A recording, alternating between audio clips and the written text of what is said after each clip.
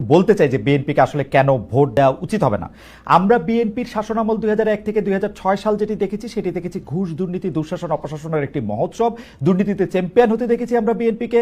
10টা কষ্টের প্রবেশ দেখেছি, বিরোধী দলের নেতার সমাবেশে গ্রেনেড হামলা দেখেছি, তত্ত্বাবধায়ক সরকার ব্যবস্থা ধ্বংস করে একজন মাত্র বিচারককে প্রধান বিচারপতি এবং তত্ত্বাবধায়ক সরকার ব্যবস্থা প্রধান রাখার জন্য সংবিধান পরিবর্তন করতে দেখেছি।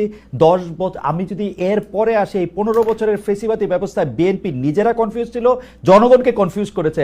আমি 2018 সালের ইলেকশনটাই সময় নাই, শুধু চট করে একটু বলি। 2018 সালের নির্বাচনটার মধ্যে এই নির্বাচন আনুষ্ঠানিকভাবে বর্জন করা হয়ই নাই। সেই নির্বাচনে কারচুপি সম্পূর্ণভাবে নিশ্চিত হওয়ার পর বিএনপি তার সংসদ সদস্য 6 জন বা 5 জনকে শপথ নিতে পাঠিয়েছে এবং মহিলা সদস্য আসলে কোটাটাও নিয়েছে।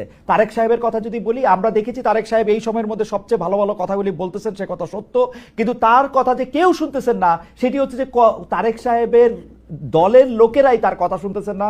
সেই জন্য চাঁদাবাজির থেকে শুরু করে বিভিন্ন সন্ত্রাস থানাঘেরাও এগুলি কিন্তু চলতেছে এবং তারেক সাহেবকেই বারবার বলতে হচ্ছে এই নির্বাচন খুব কঠিন হবে এবং এই তৃণমূল কিন্তু আসলে বিএনপির কেন্দ্রীভূত না। এই হচ্ছে আমার মানে 1 মিনিটে ঊর্ধ্বশ্বাসে আমি শতভাগ একমত যে বাংলাদেশে যতগুলি জায়গায় মামলা বাণিজ্য হচ্ছে তার সিংহভাগ করতেছে হচ্ছে বিএনপি। বিভিন্ন জায়গায় যেরকম হুমকি ধামকি, এমনকি আমরা কিন্তু খবর পাইতেছি যে ইউনিয়ন পরিষদ বা ইউএনের অফিস কিন্তু বেশিরভাগ ক্ষেত্রে বিএনপির স্থানীয় নেতা কর্মীরাই দখল করে রেখেছেন। কোনো একটি জায়গায় যদি কাউকে কোনো সরকারি কাজের মধ্যে সম্পৃক্ত না করা হয়, কাউ বলতে বিএনপির কাউকে যদি সম্পৃক্ত না করা হয়, সেই কাজ করাই মুশকিল হয়ে গেছে এখন। সরকারি কর্মচারীরা মাঠ পর্যায়ে যারা আছেন, আপনি জানেন তাদের সাথে আমার এক ধরনের সম্পৃক্ততা রয়েছে।